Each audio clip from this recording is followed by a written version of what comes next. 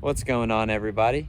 I just wanted to introduce the new video we got going on. Ryan's going to be talking about how our doubles tournament at Hornets Nest went, and if you want to throw some support our way, we'd appreciate if you hit that subscribe button down below. We're just trying to document our journey through the sport. You know, we're advanced players, just trying to get better and improve. And we just kind of want to document what our journey's like. So if you are interested, just give us some free support down below by hitting that subscribe button. Thank you guys. Enjoy.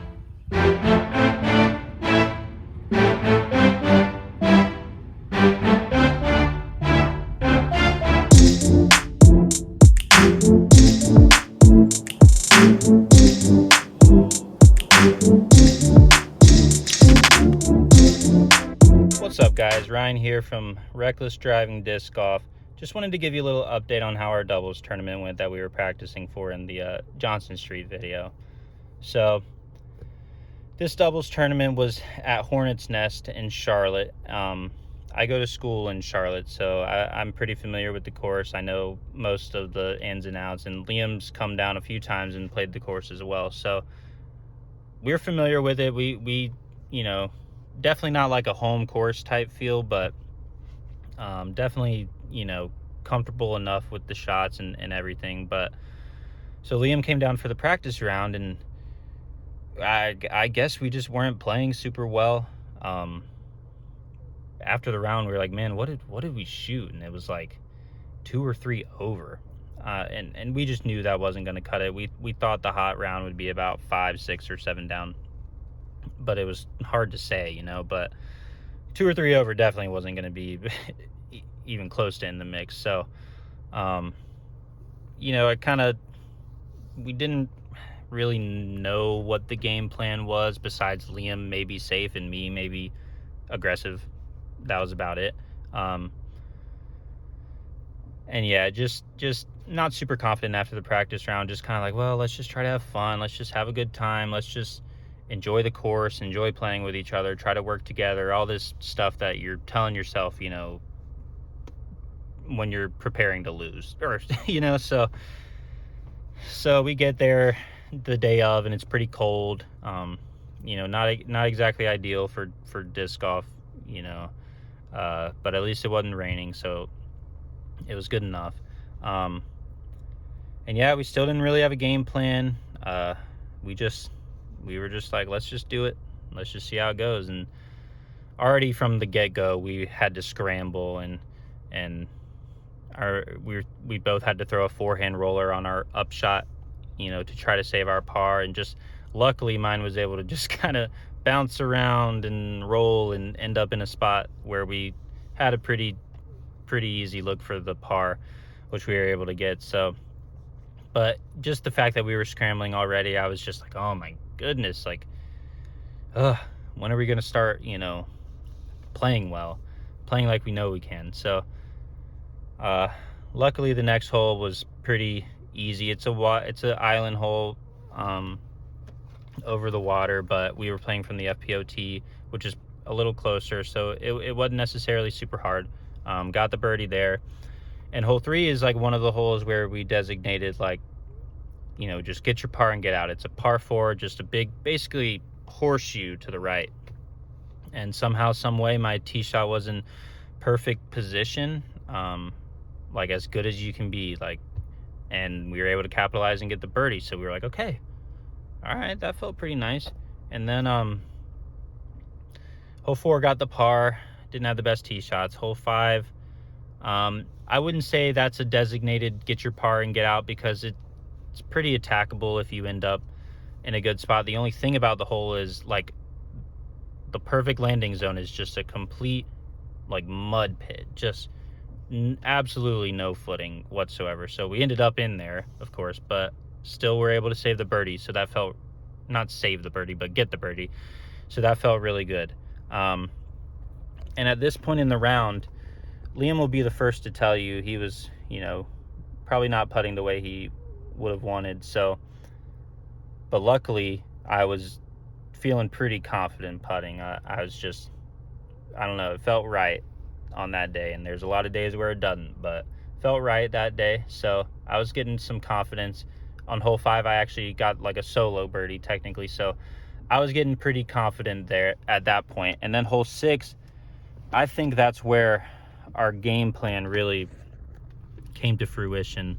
Liam started just because Liam was getting upset with the way he was putting, and with me getting a solo birdie on hole 5, he's like, I need to, like, you know, contribute more or in some way better than what I'm doing. So Liam starts throwing his T-bird 3 on hole 5 and just puts us in perfect spot. You know, we're not going to get the birdie on this hole. It's 450 foot with a low ceiling off the tee, just hard to get to, especially for me and Liam. So, but I was still able to open up on that hole and just throw what I wanted as hard as I could, because we were already in position to get the par.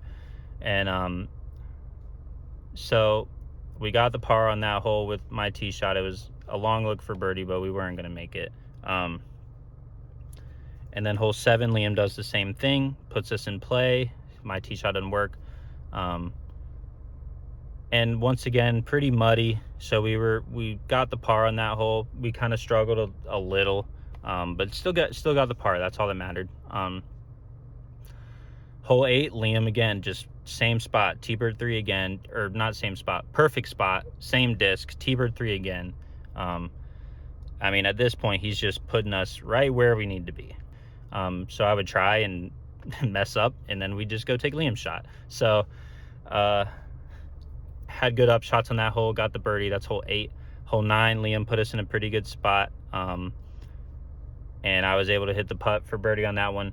Liam's, you know, struggling with his putt a little bit, but I mean, it just, I don't know, it just gave me, I don't even know if Liam putted first on hole 9 or not, but I think he did, and it wasn't good. And he was like, I hope that's my worst putt of the day, you know, that type of deal. He just wasn't super confident on the green, but I was.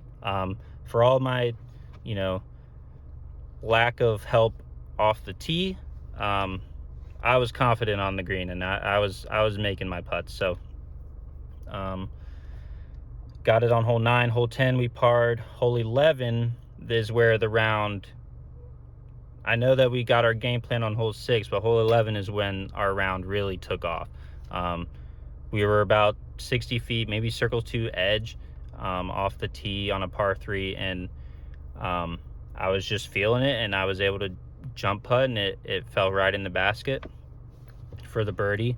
So then hole 12, long par 4. Liam and I are not score watchers. We do not prefer to know what we have to do, because it just puts the pressure on. But the card that we were playing, or the team that we were playing with, started talking about scores, and they were like, yeah, the hot round's at 7, we're at 3. And I knew that we were a couple or a few strokes better than them.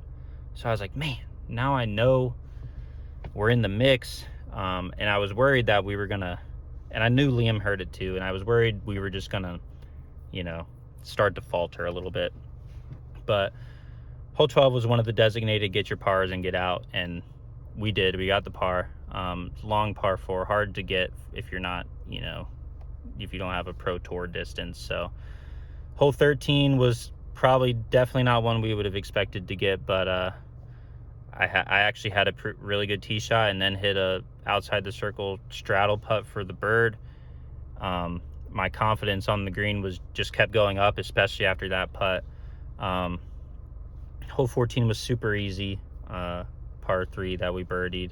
Hole 15, Liam stepped right up and just pierced the gauntlet like it was nothing, and put us in a pretty good spot on the hill, about circle 2's edge again. And then I was able to just step up and hit the putt again. So another jump putt, another long one, just right and this one was dead center. Just, I mean, at that point, I knew we were kind of like shredding for us. So then 16, that's a hard hole. We parred. That was probably definite bonus birdie. But we parred it. 17, we played from the par 4 tee and struggled a little bit. And we were bogey free at this point. And by the time we were on the green, we were putting for par. On on a elevated basket pretty high, and Liam missed his putt, and then I was able to save the par. And I mean, it just felt huge at the time. It was like, let's go, man, no bogeys. And then so then going into 18, we're confident. Still have no idea what our score is, but I know we're playing well. Liam put us in a good spot again, and then I was able to just try to bomb one, which I did, and I put us just outside the circle. Definitely my best shot on the hole. And unfortunately, we couldn't capitalize on that birdie, and that felt really bad at the time. We were just like, come on. I mean, we were just angry. But, you know, we were checking scores after, you know, getting our scores situated with the team that we played with. And I asked him, I was like, what's the lead card at?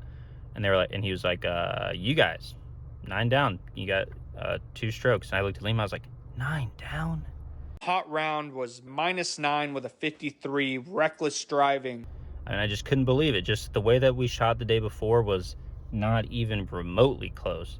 And to just completely turn it around and birdie half the course, I mean, it just completely unexpected. So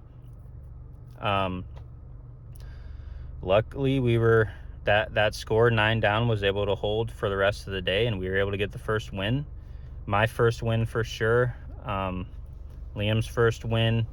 And yeah, I just felt great. I can't wait to play in another doubles tournament, and maybe try to find a USDGC qualifier. I think that would be awesome. But overall, it was a great experience. I'm glad we showed up to play.